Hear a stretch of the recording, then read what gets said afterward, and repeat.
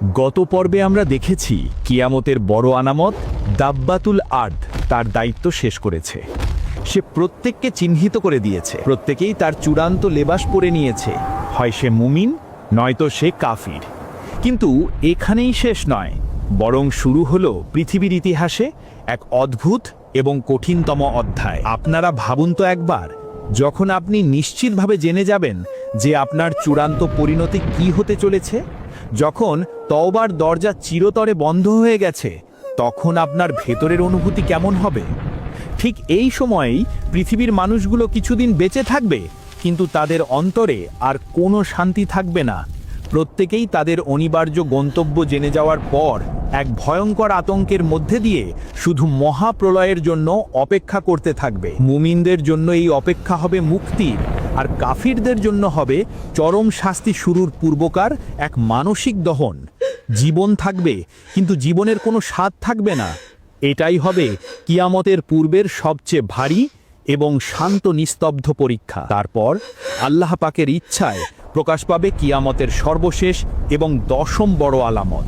যখন পৃথিবী তার শেষ নিঃশ্বাস নিচ্ছে, ইয়েমেনের আদান নামক জায়গার গভীর থেকে, মাটির অনেক নিচ থেকে এক বিশাল এবং ভয়ঙ্কর আগুন বেরিয়ে আসবে। কিন্তু এই আগুন কোনো সাধারণ আগুন নয়, এটি কোনো কিছু জ্বালিয়ে পুড়িয়ে ছারখাড় করে দেবে না। এটি দোজখের আগুন নয়, বরং এটি হবে আল্লাহর এক বিশেষ নির্দেশ পালনকারী এক গতিময় সত্তা। এই আগুনের কাজ হবে পৃথিবীর বুকে বেঁচে থাকা শেষ মানুষগুলোকে তাড়িয়ে নিয়ে যাওয়া।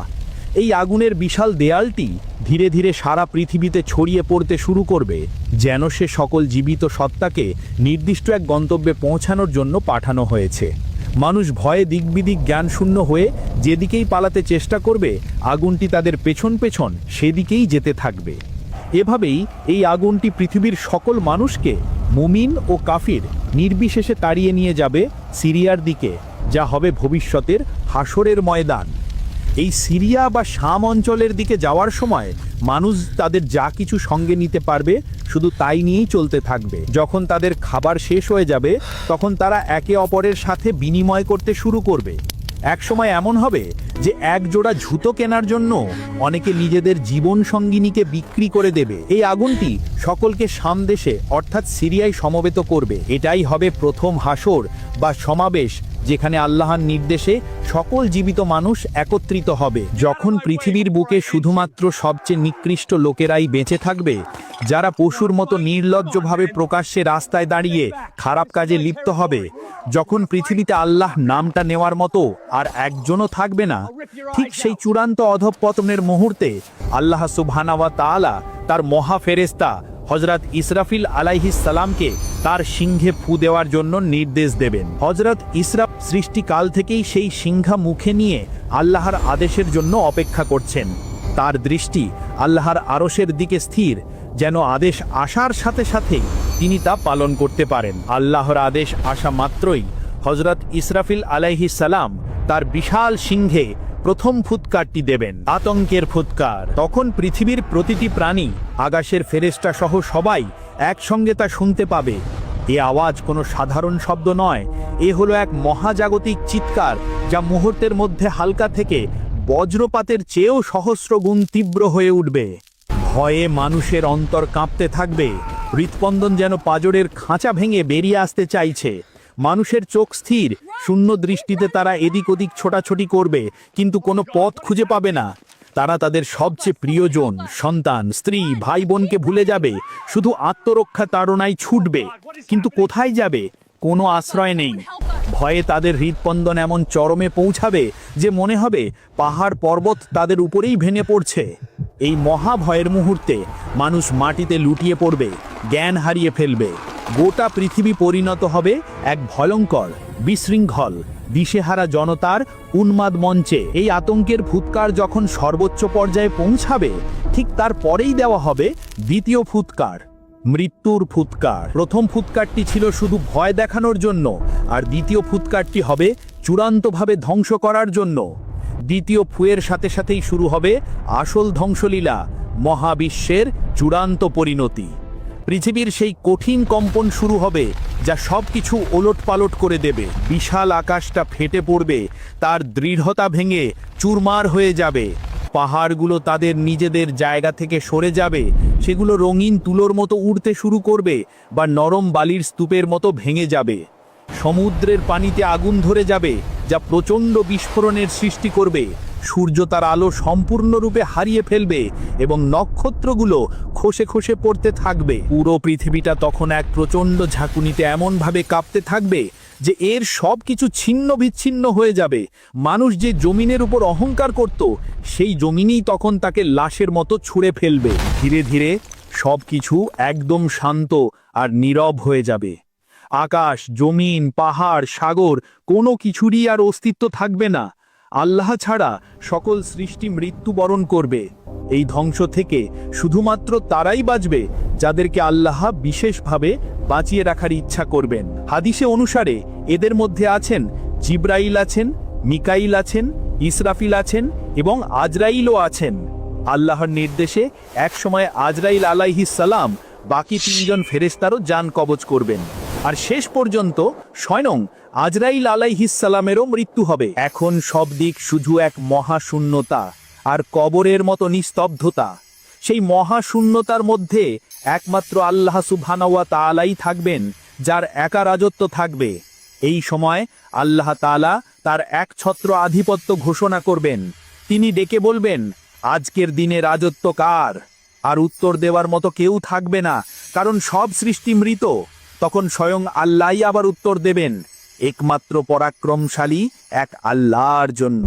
এইভাবে আল্লাহ তাআলা তার মহিমা আর সার্বভৌমত্ব প্রকাশ করতে থাকবেন এক দীর্ঘ সময় ধরে। এই মহাশূন্যতা স্থায়ী কতদিন হবে? 40 বছর, 100 বছর, আমরা কেউই জানি না। একটি দীর্ঘ সময়, যার সঠিক দৈর্ঘ্য একমাত্র আল্লাহই জানেন। হাদিসে এটিকে 40 বছর, 40 মাস নাকি 40 দিন বলা হয়েছে তা নিয়ে মতভেদ আছে। তবে এটি হবে একটি দীর্ঘ বিরতি। এই বিরতি শেষে আল্লাহ আবার সবকিছু নতুন করে সৃষ্টি করার প্রক্রিয়া শুরু করবেন। প্রথমেই তিনি আরশের নিচ থেকে এক প্রকার জীবনের পানি পৃথিবীতে বর্ষণ করেন নির্দেশ দেবেন। এই পানি হবে বিশেষ ধরনের, যা 40 দিন পর্যন্ত ঝরতে থাকবে। এই পানির স্পর্শে প্রতিটি মৃতদেহ আবার প্রাণ ফিরে পাওয়ার শক্তি পাবে। মানুষের সৃজনের বিশেষ অংশ অর্থাৎ মেরুদণ্ডের শেষ প্রান্তে থাকা একটা ছোট্ট হাড়, এটি এমন একটি ক্ষুদ্র অংশ যা দ্বিতীয় ফুৎকারের ধ্বংসলীলাতেও অক্ষত থেকে গিয়েছিল। এই জীবনের পানি যখন জমিনের উপর পড়বে, তখন মানুষের সেই ছোট্ট হাড়টি থেকে গাছ বা অঙ্কুরের মতো তাদের শরীর আবার গজাতে শুরু করবে। যেমন মাটিতে বীজ রোপণ করলে তা থেকে ধীরে ধীরে গাছ জন্মায়, ঠিক তেমনই সেই পবিত্র পানির প্রভাবে প্রতিটি মানুষ নতুন রূপে তাদের কবরে তৈরি হতে থাকবে। যখন এই নতুন সৃষ্টির কাজ সম্পূর্ণ হবে, তখন আল্লাহ আবার সেই মহা ফেরেশতা হযরত ইসরাফিল আলাইহিস সালামকে পুনরুত্থিত করবেন এবং আল্লাহর নির্দেশে হযরত ইসরাফিল আলাইহিস সালাম আবার তার সিংহে তৃতীয়বারের মতো ফুঁ দেওয়ার জন্য প্রস্তুত হবেন। পুনরুত্থানের ফুৎকার। তৃতীয় ফুৎকারটি দেওয়া মাত্রই এক অপূর্ব ঘটনা ঘটবে। পৃথিবীর প্রথম থেকে শেষ পর্যন্ত যত মানুষ এসেছে, যারা মাটির নিচে, সমুদ্রের গভীরে বা আগুনে পুড়ে ছাই হয়ে গিয়েছিল, সবাই তাদের কবর থেকে জীবিত হয়ে উঠে দাঁড়াবে। তারা যেন ঘুম থেকে জেগে উঠছে। তাদের চোখে তখনও লেগে থাকবে মহাপ্রলয়ের শেষ দৃশ্য। পুনরুত্থিত হওয়ার পর প্রতিটি মানুষ দৌড়াতে শুরু করবে সেই নির্দিষ্ট গন্তব্যের দিকে যা আল্লাহ তাআলা তাদের জন্য ঠিক করে রেখেছেন। মানুষেরা সেদিন খালি পায়ে, উলঙ্গ অবস্থায় ও খাতনা করা হয়নি এমন অবস্থায় হাসরের ময়দানের দিকে ছুটতে থাকবে। তাদের মনে কোনো লজ্জা বা অন্য কোনো চিন্তা থাকবে না, শুধু একটাই ভাবনা থাকবে যে তার আল্লাহর সামনে দাঁড়ানো। হাদিসে এসেছে, হযরত আয়েশা রাদিয়াল্লাহু রাসূলকে জিজ্ঞেস করেছিলেন, ইয়া রাসূলুল্লাহ, নারী পুরুষ সবাই কি উলঙ্গ অবস্থায় উঠবে? তাতে তাদের লজ্জা হবে না? তখন রাসূল বলেছিলেন, হে আয়েশা, সেদিনের পরিস্থিতি এতই ভয়ঙ্কর হবে যে তারা একে অপরের দিকে তাকানোর মতো সময় বা হুঁশ পাবে না। এইভাবেই পৃথিবীর সকল মানুষ, প্রথম মানব হযরত আদম আলাইহিস সালাম থেকে শুরু করে শেষ কিয়ামতের শিকার হওয়া মানুষটি পর্যন্ত সবাই এসে সমবেত হবে সেই সিরিয়ার বিশাল ময়দানে, যা ছিল জীবিতদের প্রথম সমাবেশের স্থান। আর এভাবেই শুরু হবে সেই চূড়ান্ত বিচারের দিন, হাসরের ময়দানের অধ্যায়। এই হাসরের ময়দান হবে এক বিশাল সমতল ভূমি, যেখানে কোনো উঁচু নিচু জায়গা থাকবে না। সেই দিনটি হবে এক ভয়ঙ্কর দৃশ্য। মানুষজন খালি পায়ে, উলঙ্গ অবস্থায় দৌড়াতে থাকবে। তাদের চোখ থাকবে বিস্ফারিত, কারণ তারা কেবল তাদের চূড়ান্ত পরিণতির কথা ভাবছে। হাসরের ময়দানের প্রথম এবং সবচেয়ে কঠিন পরীক্ষাটি হলো সূর্য। আল্লাহর নির্দেশে সেই দিন সূর্যকে মানুষের মাথার অত্যন্ত কাছে নামিয়ে আনা হবে। হাদিসে এসেছে, সূর্যকে মানুষের মাথার মাত্র 1 হাত দূরত্বে নামিয়ে আনা হবে। এই প্রচণ্ড তাপের কারণে মানুষজন তাদের আমল অনুযায়ী ঘামের সাগরে ডুবে যেতে থাকবে।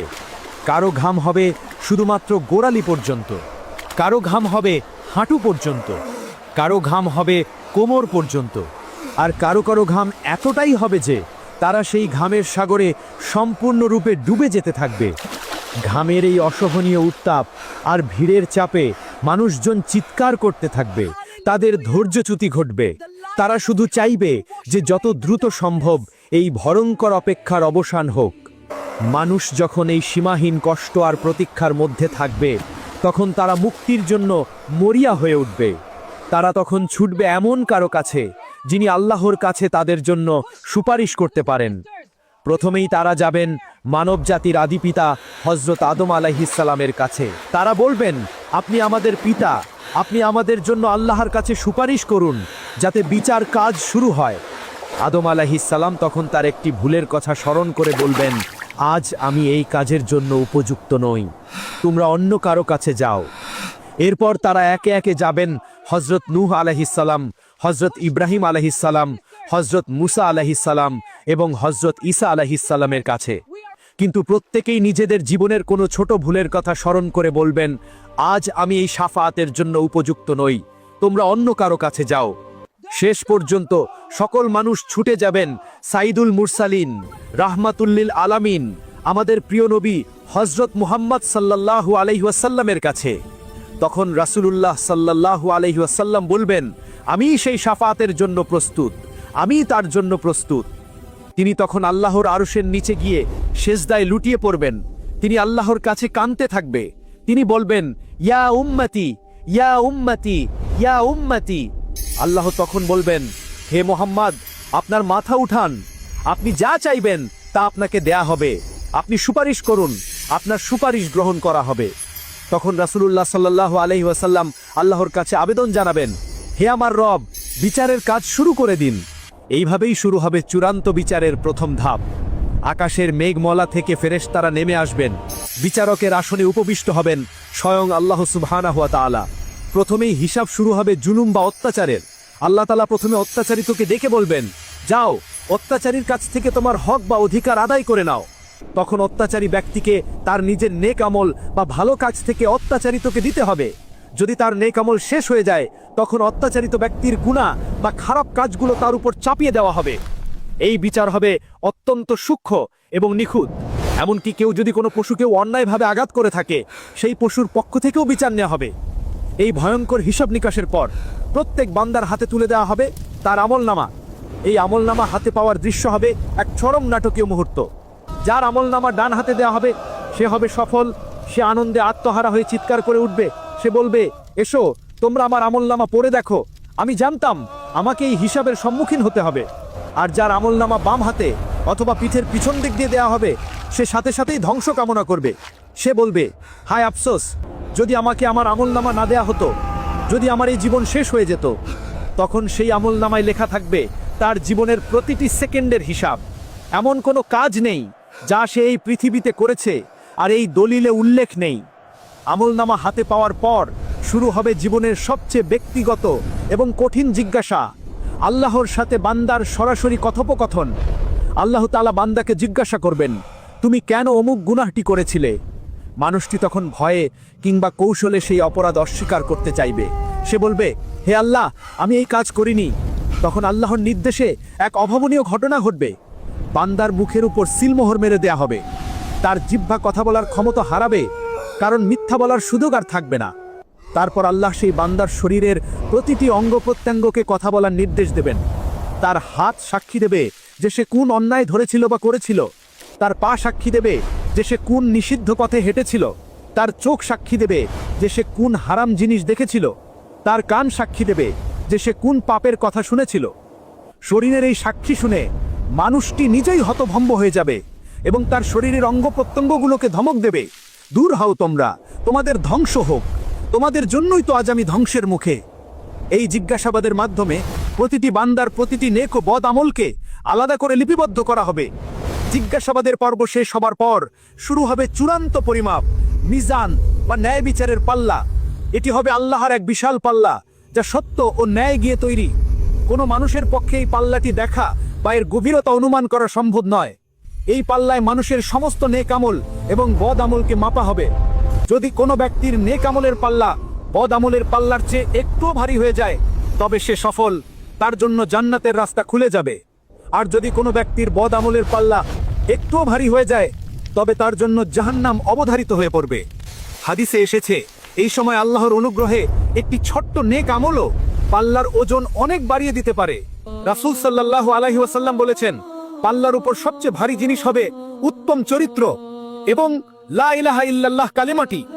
মিজানের এই পরিমাপ শেষ হলেই মানুষের চূড়ান্ত গন্তব্য স্থির হয়ে যাবে। জান্নাত এবং জাহান্নামের মধ্যে পার্থক্যকারী সেই যাত্রাপথটি হলো পুলসিরাত। পুলসিরাত হলো জাহান্নামের একেবারে উপর দিয়ে তৈরি এক বিশাল সেতু। এটি এমনই এক পথ যা পার হওয়া ছাড়া কারো পক্ষে জান্নাতে প্রবেশ করা সম্ভব হবে না। এমনকি সকল নবী রাসূলকেও এই পথ পার হতে হবে। রাসূলুল্লাহ সাল্লাল্লাহু আলাইহি ওয়াসাল্লাম এই পুলসিরাতের ভয়াবহ বর্ণনা দিতে গিয়ে বলেছেন, এটি হবে চুলের চেয়ে অধিক সূক্ষ্ম এবং তরবারির চেয়ে অধিক ধারালো। এই সেতুর নিচে থাকবে জাহান্নামের উত্তল আগুন, আর সেই পুলসিরাতের দুপাশে থাকবে বড় বড় কাঁটা। এই কাঁটাগুলো আল্লাহর নির্দেশে সেই সব মানুষকে টেনে হিচড়ে জাহান্নামের গভীরে নিক্ষেপ করবে, যাদেরকে জাহান্নামের জন্য নির্ধারণ করা হয়েছে। প্রত্যেকেই তার আমল অনুযায়ী এই পথ পার হবে। কেউ পার হবে বিদ্যুতের গতিতে, মুহূর্তে সে অপর প্রান্তে পৌঁছে যাবে। কেউ পার হবে বাতাসের গতিতে, কেউ পার হবে দ্রুতগামী ঘোড়ার মতো তীব্র বেগে, কেউ পার হবে হেঁটে হেঁটে, আর কেউ কেউ হামাগুড়ি দিয়ে অতি কষ্টে এই পথ পার হবে। সেই দিন মুমিনদের একমাত্র স্লোগান হবে রব্বি সাল্লিম, রব্বি সাল্লিম, অর্থাৎ হে আমার প্রভু মুক্তি দাও, হে আমার প্রভু মুক্তি দাও। সবশেষে এমন কিছু লোক থাকবে যারা পুলসিরাত পার হতে গিয়ে সেই কাঁটাগুলোর আঘাতে ক্ষতবিক্ষত হয়ে জাহান্নামে নিক্ষিপ্ত হবে। আর এইভাবেই জান্নাত জাহান্নামের ফায়সালা হয়ে যাবে। কিয়ামতের এই দীর্ঘ এবং ভয়ঙ্কর ধারাবাহিক বর্ণনা আমাদের এটাই শিক্ষা দেয় যে এই দুনিয়ার জীবন কতটা ক্ষণস্থায়ী, আর আখেরাতের জীবনই হলো আসল চিরন্তন জীবন। আমাদের হাতে এখনো সময় আছে, তওবার দরজা এখনো খোলা আছে। এই জীবনের প্রতিটি শ্বাস, প্রতিটি মুহূর্ত আমাদের আখেরাতের পুঁজি হিসেবে ব্যবহার করার সুযোগ আছে। আল্লাহ আমাদের সবাইকে কিয়ামতের এই ভয়ঙ্কর ফিতনাগুলো থেকে রক্ষা করুন এবং সেই কঠিন দিনের জন্য প্রস্তুতি নেওয়ার তৌফিক দান করুন। আমিন।